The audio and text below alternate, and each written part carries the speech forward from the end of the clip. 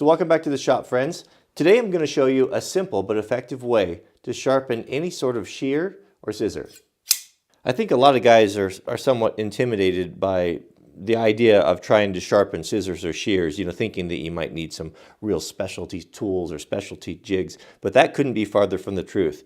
Now, with that said, if you're talking about super high-end shears for stylists, hairstylists, or dressmakers or stuff, yes, of course, they have some of those shears. They are expensive, especially hair cutting shears. Just go ask your wife if she cuts hair professionally how much she spent on them, and they're very unlikely to let you on the kitchen table sharpen them. I'm talking about general purpose stuff, for the shop and garden and home and the junk drawer type of thing. Not that we can't get an excellent edge on here, and actually, in some cases, better than a factory one, but just know that. Don't be grabbing her professional shears. So, the thing about shears is look how far we've fallen.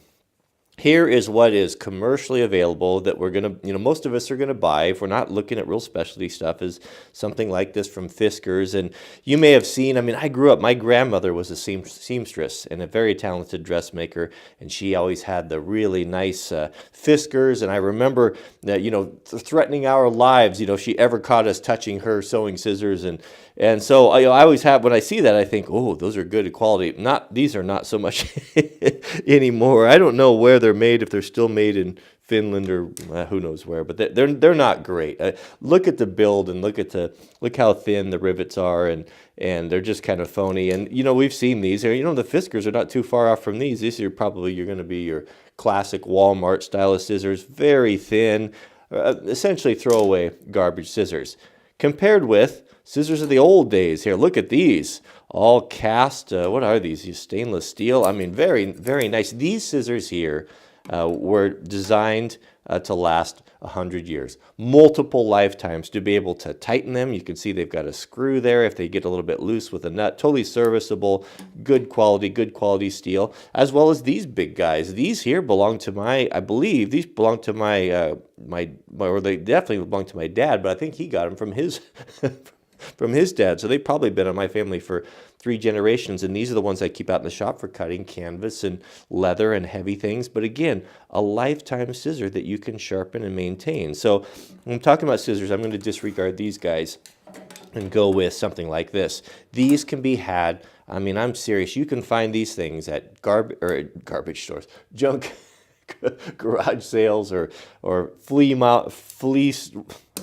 markets, wherever, St. Vincent de Paul, thrift stores, anything like that. They're usually going to be 25 cents, 50 cents on it, because someone got rid of them because they didn't cut anymore, because they didn't know how to sharpen them. And we can sharpen them so easy. You don't need anything special. So let's get started. I'll show you the process and how you can do this yourself and get excellent results. So where do we start? Well, where we start, what we have here, this is just basically like a knife or a chisel edge. It's going to just be sharp. It's going to be flat on one side, and it's going to have a chisel edge on the other side, usually about 10 degrees or so. It's pretty shallow, or pretty steep there. And on the inside here is there typically also going to be a hollow ground, meaning they're kind of ground like this, kind of concave. We don't need to worry about that. The only thing we need to worry about is getting a flat surface on here, and of course, knocking off the rust. So there's many ways that we can do that. If you have a sharpening stone, I'm just going to use a diamond plate here. Don't worry if you don't have a diamond plate. But all you're going to do is you're going to hold that flat against there. You're going to open them, just put it in your vise, and we're just going to flatten that up, pushing some pressure on there, not too much. And then we're going to look and see. We don't need to go crazy too far, but what we're looking for is fresh metal all the way across there. And you can see right there where it's flattened that out, and I've got you could just see a little glimmer all the way across there. That's all we need. You don't need any more than that. Now, you say, well, I don't have a fancy diamond stone. Well, you should have one of these, right? How long have I been promoting these guys? The wonderful Lansky stone that it's pretty much a do-all stone. You can do everything with it. And same thing, you can put a little water on there, kerosene, anything like that will help carry the chips away. We can do that too. So we'll just hold that there and flat, and we'll do the same thing. So I'll sharpen one side with a Lansky stone. We'll do the whole job here, and then we'll do the other one with some of the, maybe you have a little bit better assortment of tools, but again, the same thing right there. If you don't have a Lansky stone, it's probably about the best $6, $7 you'll ever spend. It's just a must-have right there. That doesn't take very long, does it? Okay, so again, we're looking at that, and we do indeed have a nice glimmer all the way across there, and we're ready to file the angle on it. The best way I've found to do this is to take your scissors and clamp them in your vise. If you have a woodworking vise, you can clamp them right in there. If you have a machine vise or metal vise, just make sure you have some soft jaws so you don't mar the edge. So put your scissors in here, and of course we got the flat side away from us. I prefer, if you're going to have a pair of scissors that are pretty rough and bad shape, if you look at them and they've got some burrs or nicks on them, get yourself a small file. A fine file, a saw filer's file works very good. And we're going to start at the back, and you can see that this is all rusty. With the power of the electron microscope here, we can get in nice and close.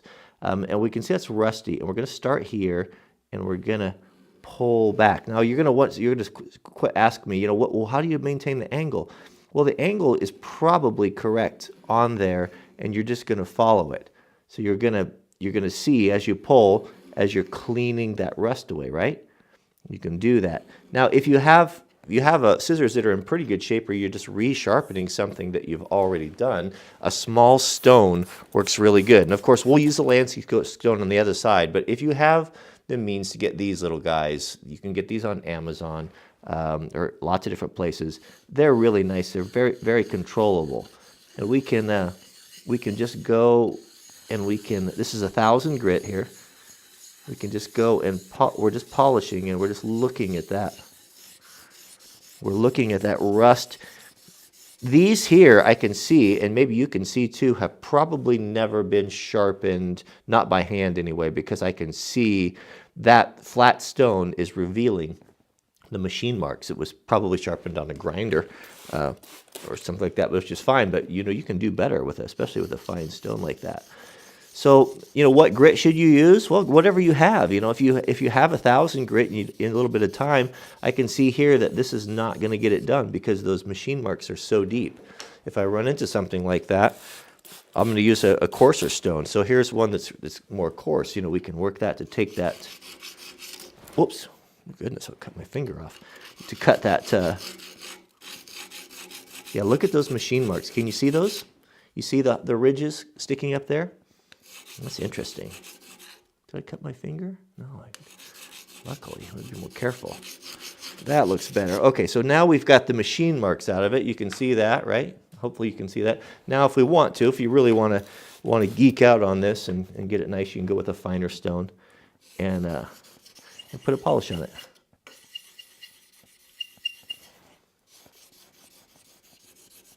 Oh, that's nice, isn't it? Now, once you sharpen these once, if you stay on top of them, all you're going to have to do is just take that fine stone and just run it right across there, right? Like that. That's it.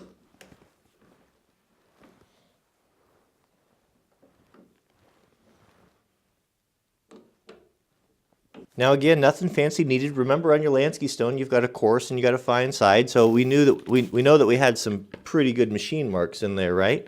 So we're just going to go here. And it's a little bit, it's a little bit bulkier and harder to work with, but go back and forth until you see you've got the angle. Now don't touch it. Don't touch back over there, because you're gonna mess up what you've already done, and it is gonna be hard to get to the very back of it, but that's not so important for just our utility scissors. That stone is quickly taking that edge down. Just keep watching, maintain that angle. Now, do we have all that machining out? Yep, we do. Now, take your Lansky and spray some water on there and use your flip over to the fine side, and we'll put a little polish on that. You can just see how much smoother that is, or I can see it. Now, obviously the advantage of a small handheld square stone is better in that we can go right up to that point right there and touch that, but not necessary for a serviceable a serviceable edge. So we mentioned that wire edge. Remember that wire edge we were on that back side from the sharpening? Now, all you have to do is, once you close the scissors, that's going to take care of that wire edge right there, and that's all you're going to need. Now, these should be sharp. This is just a blue shop towel here. These are kind of challenging to cut for some scissors, but it cuts nice. Cuts right down, right to the tip. It's not folding anything over, and these are very sharp scissors. Now, a couple of maintenance things. Now, sometimes you'll feel these things that are wiggly, that this screw is loose. These don't happen to be. They're tight. I think that they haven't really been used very much. But you don't want to tighten that down, down on that so it's so tight that it's difficult to close the scissors. If it's a little bit loose, that's fine. What you're looking for is you want that when the scissors come together right here at this pinch point, that's where you want them to be coming in contact, and you want to feel and hear that the two pieces of metal that are touching like that. That's all you need right there. But when they're sharpened properly, listen. Isn't that a nice sound? Very delightful sound. Any other maintenance items? So a couple things. It's not a bad idea to have put a little drop of oil on them. You know, so put a drop of oil. You know, you can in there. You know, here and here. You know, not too much. It's going to get all over the place. But I'll put a couple drops of oil there, and I'll work that in there. I can feel the difference right there. I mean, that makes a huge difference. This is my favorite oiler. That little, I got this as an add-on to some gun cleaning stuff, and I have loved this. It's a little, it even has a little cap, but it's a Hopi's deal for gun oil, and it's got a tiny little needle hole on there, and you can get it everywhere. Everywhere you just need to put one little tiny drop, and having that nice container, I think this oil would probably last a guy probably a lifetime or two. These are super, super nice. Okay, so only other thing you want to look for is if you have some that are very worn, is check out the tip. If it's not a closing together, right? If this has been worn down or ground down to the point where you can see like a gap, like a gun sight type of deal in there, not so with these. This can be fixed right back here. They usually have a little stop on them. It's more pronounced on these guys right here. But you see that little stop right there? Now that can be filed down. You can hit that with a file and it will cause them to over close. It'll actually cause them to close more. So that's just so you know. There's other, yeah, that's it.